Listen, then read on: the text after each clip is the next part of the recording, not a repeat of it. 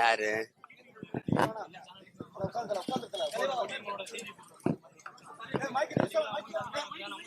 எனக்கு யாருக்கு வரல, எங்களுக்கு வரல. 13 வருஷமா அதான் கொடி இருக்கு. இந்திய தேர்தல் ஆணையத்துல பதிவு செஞ்சப்பட்டிருக்கு. இவ்வளவு தூரம் மக்கள்கிட்ட போய் இத்தனை லட்சம் வாக்கு பெற்று 3வது பெரிய கட்சியா அங்கீகரிக்கப்பட்ட கட்சியா இருக்கு. இப்பதான் கொடி எப்படி தடைச்சுவியா? புலி கொடி தடைச்சுவியா? இது என் கொடியா இல்ல எங்க அண்ணன் கொடியா? எங்க முன்னோர்கள் கொடி, கரிகால் சோழன் கொடி அது இல்ல, எங்க அருண்மொழி சோழன் கொடி அது, அரசேந்திரன் கொடி அது. என் பரம்பரை கொடியை பிடிக்க ஏன் தடை போடுறது? இதெல்லாம் சேட்டை தானே. சும்மா ஏதாவது பொழுது போலேன்னா அந்த மாதிரி ஏதாவது கிளப்பிடுவாங்க. அதெல்லாம் நீங்க பொருட்படுத்த வேண்டியதில்லை. 2026 சட்டமன்ற தேர்தலுக்கு அனைத்து கட்சிகளும் தயார், நாம் தமிழர் தயார். கூட்டணியா தனித்து போட்டியா? ஏன்னா எல்லா தேர்தலுமே நாம் தமிழர் தனித்து போட்டி தான். வரக்கூடிய தேர்தலில் தனித்து போட்டின்னு ஒரு உறுதியை இப்பவே சொல்ல முடியும். எத்தனை தடவை சொல்றேன்? நிறைய வாட்டி சொல்லிட்டேன். எங்களுக்கு இது நானா இந்த கட்சி ஆரம்பிக்கல, உங்களுக்கு தெரியும்னு நினைக்கிறேன். இது எங்க முன்னோர்கள் தூக்கி சுமந்த கனவு. அதை எங்க அண்ணன் தூக்கி சுமந்தார், எங்களுடைய தலைவர். அவர் அந்த அந்த கனவை அவர் சுமந்த கனவையும் சேர்த்து நாங்க சுமக்கிறோம். உலகம் பூரா இருக்க இந்த தலைமுறை தமிழ் பிள்ளைகள். இப்ப எங்கள் திருநாட்டில் எங்கள் நல்ல ஆட்சிங்கிறது எங்க தாத்தாவுடைய கனவு. குடிதலி கோல வச்சு மாநில மன்னன் அடிதொல்லி நிற்கும் உலகுன்ட்டு உங்களுக்கு தெரியும். அது எங்க வள்ளுவ பெருமகனார். இப்ப அந்த மாதிரி எங்க முன்னோர்கள் தூக்கி சுமந்த கனவு இருக்குது. அரசியல் பிழைத்தோருக்கு அறம் குற்றாகும்ங்கிறது. வழி வழியே வருகிற தமிழின பிள்ளைகள் அறம் சார்ந்து ஒரு நல்ல ஆட்சியை கொடுக்கணும். அதுக்கு ஒரு கனவு இருக்கு. எனக்கு என் கல்வி எப்படி இருக்கணும், என் மருத்துவம் எப்படி இருக்கணும், நீரை எப்படி சேமிக்கணும், வேளாண்மை எப்படி செய்யணும், இதெல்லாம் இருக்குது. அதை யாரோட சேர்ந்து அண்ணன் செய்ய முடியும்னு நினைக்கிறீங்க? நான் வேளாண்மை அரசு பண்ணினா சிரிக்கிறீங்க. பில்கேட்ஸ் 2,76,000 ஏக்கர்ல விவசாயம் செய்யறாரு. ஏன் செய்யறீங்கன்னு பில்கேட்ஸ் கேட்டா, அங்கதான் பொருளாதாரம் இருக்கு, அங்கதான் எல்லாருக்கும் வேலை வாய்ப்பு கொடுக்க முடியும்னு சொல்றாரு. அது ஆகா அருமைங்கிறீங்க. அதே நான் சொன்னா சிரிக்கிறீங்க. ஒரு தடவை நான் வெள்ளையா இருந்து இங்கிலீஷ்ல பேசணும் போல இருக்குது. அது ஒரு கொடுமை இருக்குது. அதை நிறைவேற்றணும்னா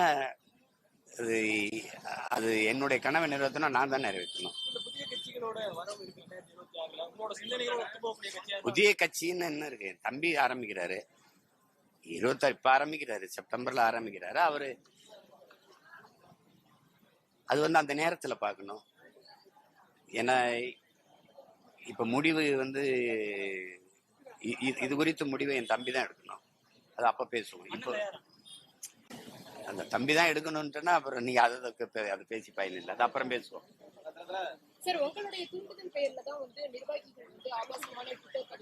அதெல்லாம் சும்மா தங்கச்சி. அதெல்லாம் இப்ப நான் ஒண்ணு கேட்கிறேன் தங்கச்சி. என்னை எவ்வளவு காலமா இழிவா எழுதுறாங்க பேசுறாங்கன்னு நீங்க கவனிக்கிறீங்களா? அதெல்லாம் யார் சொல்லி எழுதுறாங்க? இவர் சொல்லிதான் எழுதுறாருன்னு நான் சொல்லவா? இல்ல அவர் நேசிக்கிற தலைமைகள் சொல்லிதான் எழுதுறாங்கன்னு நினைக்கிறேன். எங்க அம்மாவை, என் மனைவியை, என் கட்சியில இருக்க என் தங்கச்சிகளை, எங்க குடும்பத்தினரை, தனிப்பட்ட முறையில் என்னையே விடுங்க, சரி, நான் அதை கவலைப்பட மாட்டேன். எங்க குடும்பத்தில் இருக்கிற என் தாயையும் எவ்வளவு வெளிவா எழுதுறீங்க. அதுக்கெல்லாம் நான் ஏதாவது பதில் பேசிட்டு இருக்கிறேன்னா கடந்து போறேன். அது திடீர்னு இப்ப நான் சொல்லிதான் எனக்கு இதுவா தங்கச்சி வேலை, இதுவா வேலை? நீங்க சொல்லுங்க. நீங்க எல்லாம் சம்பளம் வாங்கிட்டு வேலை செய்வீங்க, கூலிக்கு. நான் கொள்கைக்கு போராடிட்டு இருக்கேன். நான் எந்த பின்புலத்திலிருந்து எவ்வளவு பெரிய உயர்ந்த கனவை கொண்டுட்டு வேலை செஞ்சுக்கிட்டு இருக்கேன். இந்த மண்ணை நடந்த எந்த போராட்டத்துல நான் நிக்கலன்னு நினைக்கிறேன்.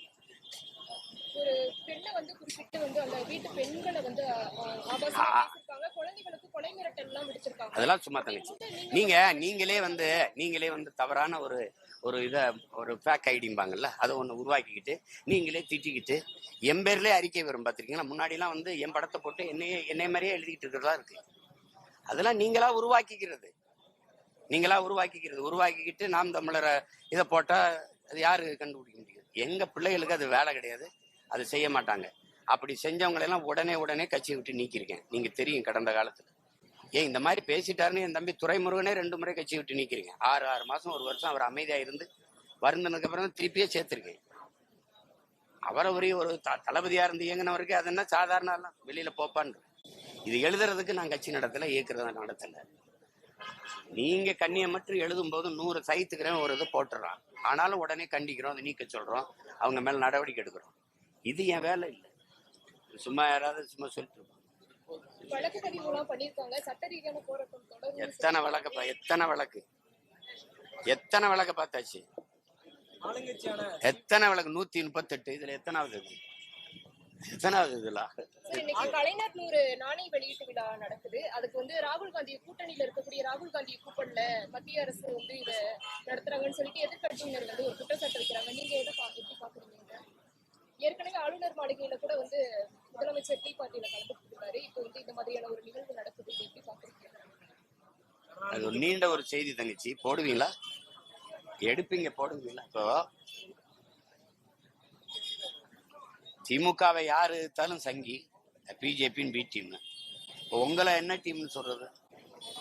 ஏல இருந்து இசட்டு வரைக்கும் பிஜேபிக்கு நீங்க தான் எல்லா டீமும். வேற ஏதாவது யாராவது சொல்ல முடியுமா மறுத்து? இதே ஆளுநரை தான் நீங்க மாத்த சொல்லி போராடினீங்க. ஆளுநர் மாளிகைக்கு இனிமே கால் வைக்க மாட்டோம், மிதிக்க மாட்டோம். நீங்க நிதிநிலை அறிக்கையில தமிழ்நாடுங்கிற பேர்ல தமிழ்நாட்டுக்கு நிதி ஒதுக்கலைன்னா கோவச்சுக்கிட்டு நிதி ஆயோக்கு போக மாட்டேன் அப்படின்னு உங்க கோபத்தை, உங்க எதிர்ப்புணர்வை வெளிக்காட்டினீங்க. தமிழக முதல்வர் அவர்கள் போகலைன்னாங்க. அவங்க அப்பா பேர்ல ஒரு 100 ரூபாய் காசு வெளியிட்டோன்னா போய் எதுக்கு நீங்க அங்க போய் கைகுலிக்கு கட்டி பிடிச்சி நின்றுட்டு இருக்கீங்க? அவ்வளவுதான் உங்க கோபம்.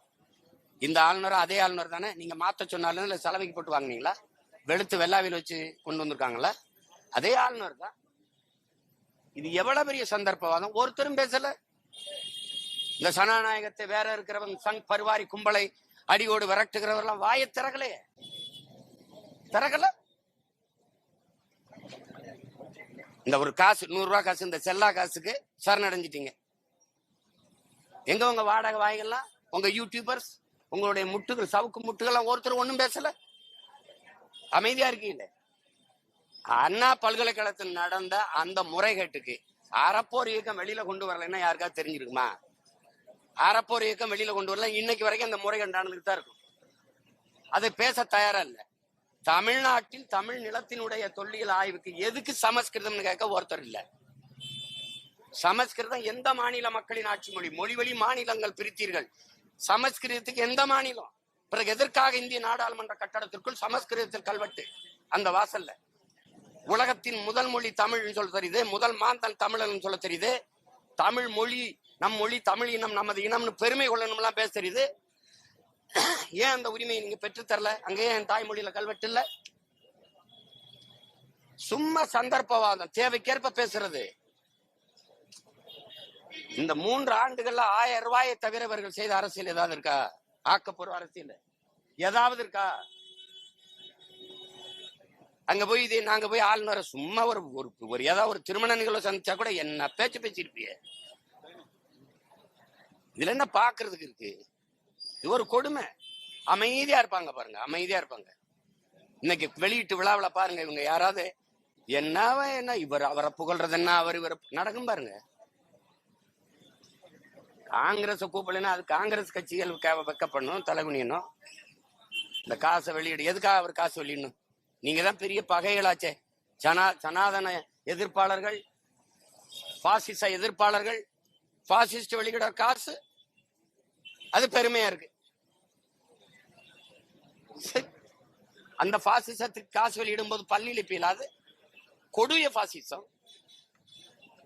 பிடல் காஸ்ட்ரோ சொல்றான்ல, ஒருத்தன் அயோக்கியன்னு தெரிஞ்சு அவனை புனிதப்படுத்த போராடுறான் பாரு, அதுக்காக பேசுறான் பாண்டா, அவனாண்டா ஆக கொடி அயோக்கியன்ட்டு.